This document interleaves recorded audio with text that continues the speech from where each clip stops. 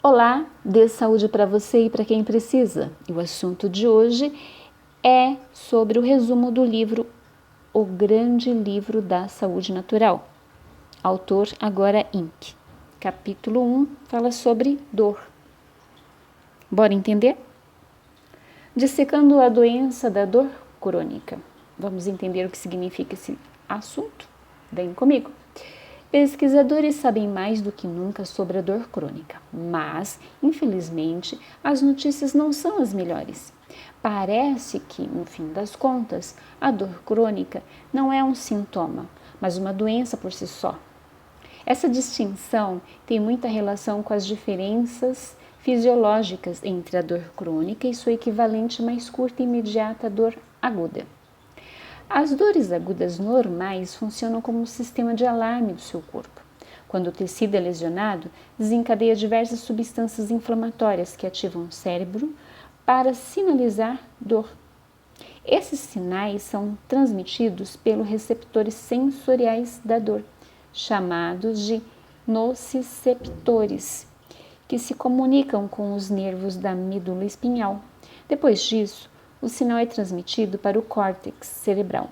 E nesse momento você perceberá o sinal em forma de dor e será capaz de identificar de onde ela vem.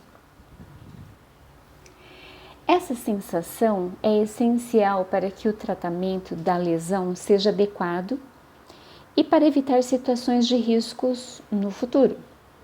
O que talvez você não perceba é que esse complexo sistema de sinalização tem uma importante contrapartida, cujo propósito é amenizar a dor, utilizando analgésicos naturais como a endorfina e a noradrenalina.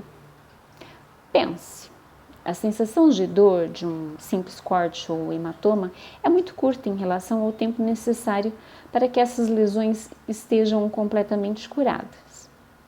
E isso é ótimo. Se uma pequena lesão causasse até dor até ela estar curada, a mesma intensidade da dor experimentada no momento em que ocorreu, as pessoas ficariam incapacitadas pelos menores machucados.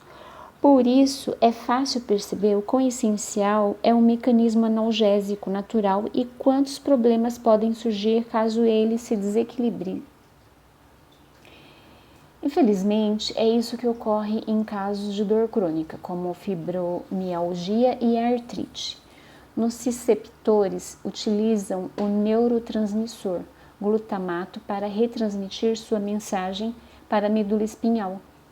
Em quantidades menores, o glutamato ativa os receptores responsáveis pela dor aguda, chamados de receptores AMPA.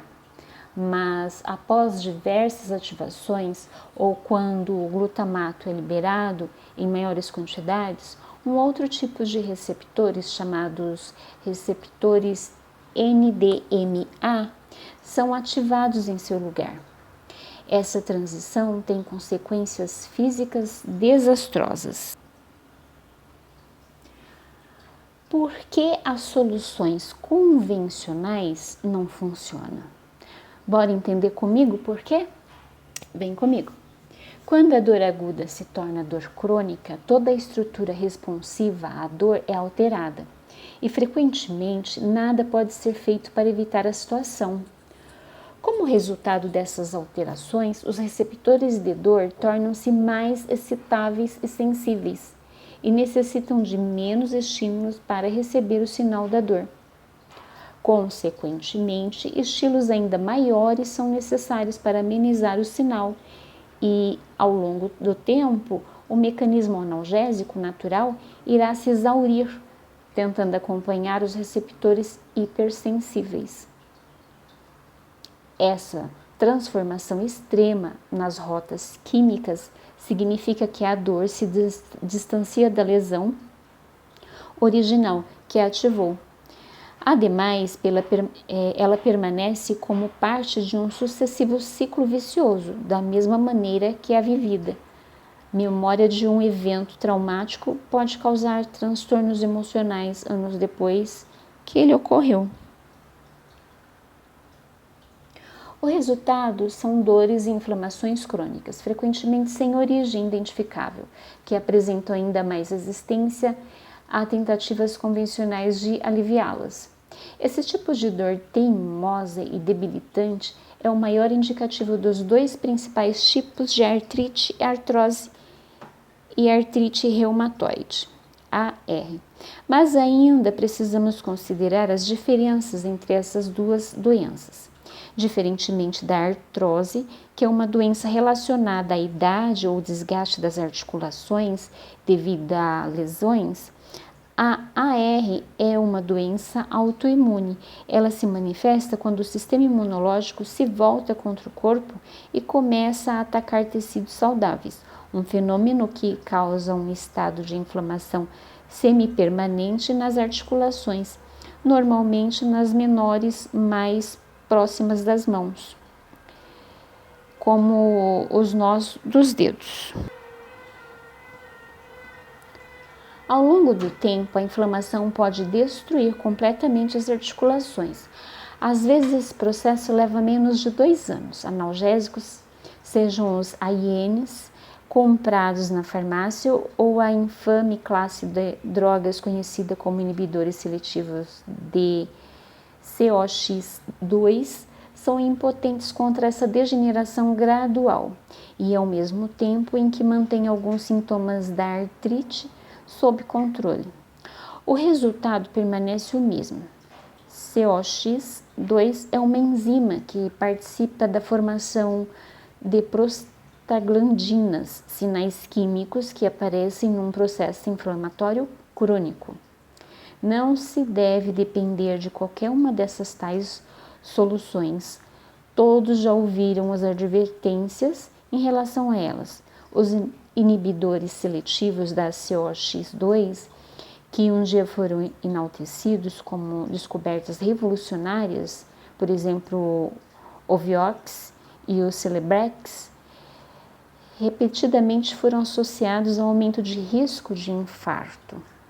Já os AINES, como os ibuprofeno e o naproxeno, com o tempo acabam com você por dentro. A perspectiva não é muito melhor se você sofre com a artrose. Pesquisas demonstraram que pacientes que utilizam anti-inflamatórios para tratar de dores relacionadas à artrose apresentam uma progressão mais rápida de dano nas articulações. É fato que a dor, a inflamação e a degeneração da cartilagem relacionada a ambos os tipos de artrite quase sempre ultrapassam a habilidade de qualquer tratamento de contê-las. Pergunte a qualquer médico e ele provavelmente dirá que, em se tratando de artrite crônica, não há muito o que se fazer além do tratamento temporário da dor com medicamentos perigosos. Talvez se sujeitar a moduladores imunológicos cheios de efeitos colaterais, como esteroides e outras drogas ligeiramente eficientes. A verdade é que as contribuições dos medicamentos convencionais para o tratamento da artrite têm sido, na melhor das hipóteses, fugazes e, na pior, mortais. Mas você sabe tanto quanto eu que a dor e as limitações físicas impostas pela artrite são absolutamente impossíveis de ignorar, e conviver com sintomas não é uma opção. O tratamento com altas doses de vitamina D para doenças autoimunes desenvolvido no Brasil também vem sendo adotado por alguns profissionais do planeta. É uma ótima opção para quem busca se livrar dos sintomas da doença. A dosagem padrão para cada paciente precisa ser individualizada, mas um estudo publicado em 2015 no Jornal Internacional de Artrite Reumatoide conclui que a suplementação de 60 mil UI por semana de vitamina D em pacientes com artrite reumatoide por 6 semanas consecutivas contribuiu para a redução significativa na atividade da doença dentro de um curto período. Caso tenha uma doença autoimune como AR, procure um profissional que siga o protocolo de alta dosagem de vitamina D. Além da vitamina D, as pesquisas sugerem que os ácidos graxos ômega 3 têm propriedades anti-inflamatórias e precisam fazer parte das suplementações para pacientes com artrite reumatoide. O ômega 3 pode ajudar nas articulações dolorosas e na rigidez, além de reduzir necessidade de tomar medicamentos anti-inflamatórios não esteroides, AINES.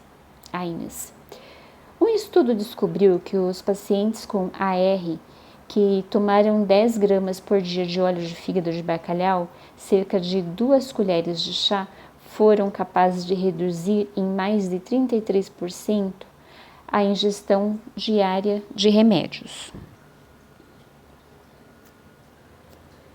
A combinação de ciência moderna e plantas tradicionais corta os sintomas da artrite reumatoide pela metade.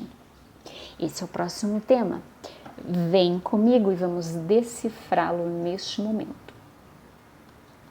Um interessante debate vem ganhando corpo entre os apoiadores da unha de gato, uma trepadeira que cresce na floresta tropical da América do Sul e América Central.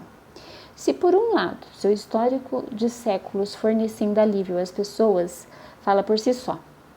De outro, as descobertas de um grupo de cientistas que dissecaram a planta estão causando controvérsia. Foi na década de 1970 que os cientistas iniciaram uma investigação sobre essa planta utilizada há séculos para tratar doenças das mais variadas, desde asma até úlceras. E eles identificaram diversos componentes que podem aumentar seu poder.